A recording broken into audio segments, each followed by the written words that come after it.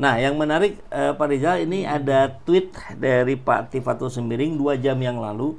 Tampaknya setelah mendapatkan serangan bertubi-tubi dari netizen, beliau tampak serius sekali membuat tweet. Isinya ada berapa ini? Ada 12. Lebih. Banyak ya. Ada 16. Wih. Ini saya bacakan cepat Pak ya. Mohon nanti kita respon sama-sama. Assalamualaikum, tweet Budiman. Berikut pandangan saya terhadap Pak Anies Baswedan. 1. Sampai saat ini saya masih husnuzon dan positive thinking terhadap Pak Anies, tidak terpengaruh oleh para buzzer dan provokator-provokator ini. 2. Pak Anies dalam pandangan saya open-minded, cerdas, enak diajak diskusi. Beberapa kali dialog dengan beliau terasa nyambung. 3. Di suro-suro PKS menjelang pemilu kemarin, saya termasuk pendukung keras ke Pak Anies untuk dicalonkan.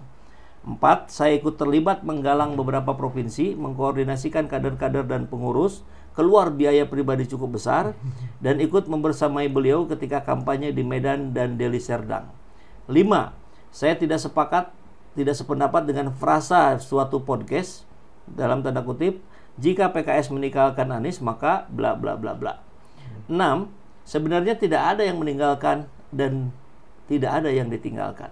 PKS tidak meninggalkan Anies dan husnuzon saya ke Pak Anies juga tidak meninggalkan PKS. Meskipun Pak Anies memang bukan kader atau pengurus PKS. 7. Memang di satu pilkada DKJ Jakarta ini PKS tidak mencalonkan Anies, tapi ini bukan soal tinggal meninggalkan. Ini hanya satu soal pilkada saja. Ada 400 pilkada yang diurus PKS. 8. Pada tahun 2017 PKS mengusung Pak Anies sebagai Cagup DKI. Bahkan dari formasi calon sebelumnya, Cagup Sandiaga Uno dan Mardani Alisera, Mardani kami minta mundur untuk menyandingkan Anies dengan Sandi. Alhamdulillah menang. 9. Sebagai catatan, dalam Pilgub DKJ yang awal pertama kali pula mengumumkan Anies adalah PKS disandingkan dengan Sohibul Iman. Ini terjadi sebelum turunnya keputusan MK nomor 60 dengan syarat 20%. Namun tidak tercapai kesepakatan. 10. Tidak sepakat dalam ranah politik itu hal biasa saja, bukan berarti telah terjadi kiamat kubro. Lalu kita cerai talak 3 dan seterusnya. Sepakat kita lanjut, kalau tidak ya monggo cari jalan lain. 11. Nah, tentu PKS juga mencari alternatif, nggak mungkin diam dan jomblo sendirian begitu. Disinilah ketemu Ridwan Kamil. Perundingan-perundingan sepakat mengusung Ridwan Kamil, Cagup dari Golkar, dan Dr. Suswono dari PKS. Ridwan Kamil bagi PKS bukan orang baru. 2013 pernah mengusung Ridwan Kamil Mang Oded almarhum di Pilkada Bandung dan menang. 12. Nah, setelah perundingan-perundingan dan kesepakatan-kesepakatan matang serta ditandatangani, tiba-tiba turunlah keputusan MK nomor 60. Syarat jadi 7,5%. 13. Pertanyaannya, akankah PKS memutuskan kesepakatan dengan RK dan kembali mencalonkan Anies? Ini menjadi diskusi dan pembahasan yang panjang di PKS. Di satu sisi kita sudah ada kesepakatan dengan RK, di sisi lain ada peluang maju 7,5% dengan Anies. Bahkan PKS pun bisa maju sendiri. 14. Hasil suro yang berlandaskan kepada dalil-dalil Al-Quran dan Sunnah tentunya tidak boleh memutuskan perjanjian yang sudah disepakati, kecuali pihak seberang melakukan pengkhianatan terhadap kesepakatan. Sehingga PKS tetap mengusung RK Suswono. 15. Namun perjalanan dan perjuangan sebenarnya belum berakhir. Saya berharap dan optimis kalau kita belum bisa bekerja sama dengan Pak Anies dalam Pilkada DKJ kali ini, mungkin ada peluang-peluang di pilkada-pilkada lain atau bahkan di level yang lebih tinggi. 16. Terakhir. Jadi maaf, dengan pertimbangan PKS tidak ada itu istilah jegal-menjegal. Dan sebagaimana yang disampaikan oleh Wakil Ketua Majelis Suro Dewan, Dr. Hidayat Nur Wahid, PKS itu merdeka, tidak tersandera oleh siapapun. Pertimbangan pilkada ini hanya bersifat taktis, bukan ideologis. 17. Semoga bisa dimaklumi, wallahu a'lam bishawab. Saya mohon maaf jika ada yang kurang berkenan. Tukang durian, lirik-lirik Elvi Sukaisi. Cukup sekian dan terima kasih. Ya, berarti sudah bergeser ke Elvi Sukaisi. Itu masalahnya, Pak. Gitu. Jadi tidak lagi ideologis, tapi entertainment. Itu kan dunia hiburan. Jadi dia anggaplah bahwa berpolitik itu sama dengan hibur-hiburan, Pak. Gitu. Seperti itu menurut saya. Tidak loh, yang dibaca kan semua ukuran-ukuran kepentingan diri.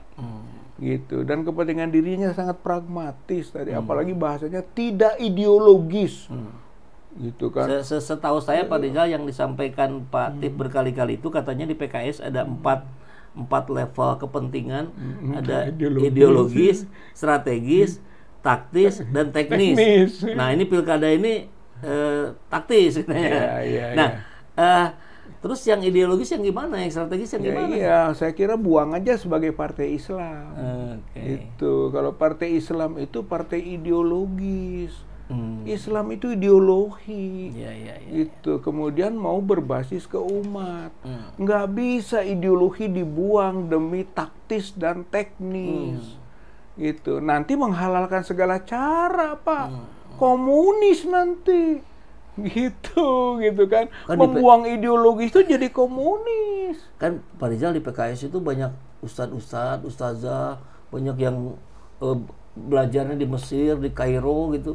Kan kebayang saya secara pribadi selama ini, wah ini udah orang-orang soleh lah, orang-orang yang matang. Kemarin bagus, kemarin iya, Pak. Justru kenapa kok oleh kasus DKJ, ya kan gitu, yang seharusnya itu yang strategis, itu yang ideologis, gitu. Kenapa dibuang jadi teknis?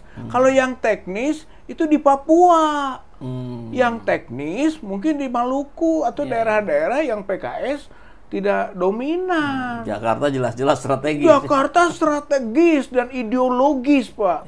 Gitu kalau menurut saya. Jadi yang pertimbangannya itu digeser, dibalik, Pak. Maka bumerang. Jadi kalau menurut saya tadi bolehlah itu argumen-argumen pembelaan, gitu ya. Tapi menurut saya tidak berguna. Udah nggak berguna. Bukan itu yang dibutuhkan sekarang ini, gitu ya. Walaupun bagaimana Anies itu untuk Jakarta ini. Jangan bilang ini kan satu hanya Jakarta saja. Tapi ini 400. Jadi terbalik gitu. Ini Jakarta, Bung. Jakarta itu gitu kan masih potensial menjadi ibu kota negara. Gitu kan. Dan kenapa Jokowi CS termasuk PKS jadinya ikut-ikutan gitu kan? Memperjuangkan Jakarta. Karena kalau itu buang aja Jakarta. Karena kok Kalimantan nanti ibu kota. Enggak toh, masih walaupun itu DKJ, dia masih berpeluang jadi DKI. Dan Jokowi sendiri masih ingin menguasai Jakarta.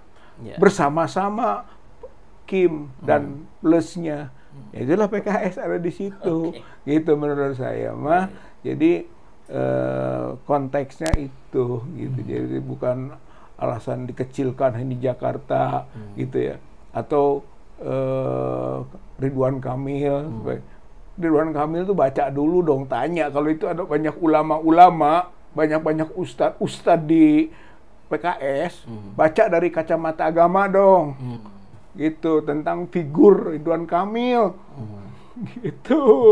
Bandingkan dengan figur Anies Baswedan, gitu kan. Kalau masih berbasis ideologi, kalau mau tidak ideologi, udah buang deh partai Islamnya, udah partai biasa aja deh PKS, gitu. Silahkan Anda pakai strategi dan teknis.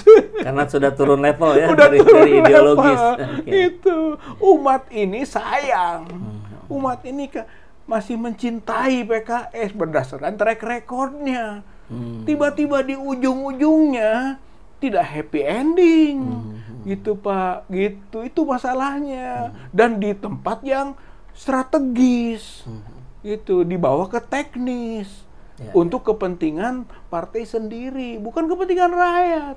Coba lihat sekarang di Jakarta muncul gerakan anti Ridwan Kamil.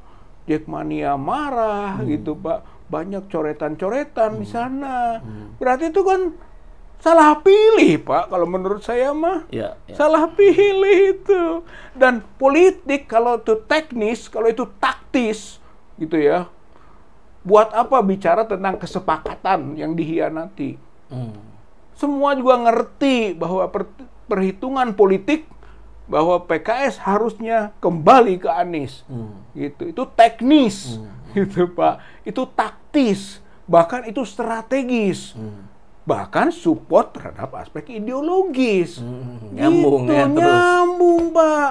Gitu. Tapi kalau sekarang bicara kesepakatan, itu mah pembenaran, cari pembenaran. Dia membaca mengkhianati aspirasi rakyat di Jakarta. Kenapa sekarang tidak berani dalam tanda kutip ya mengkhianati, sedangkan partai-partai lain bisa berkhianat? Ini jadi kacau, Pak. Menurut saya confused gitu. Sudahlah, terima aja bahwa pilihan dan cara pandang seperti itu keliru.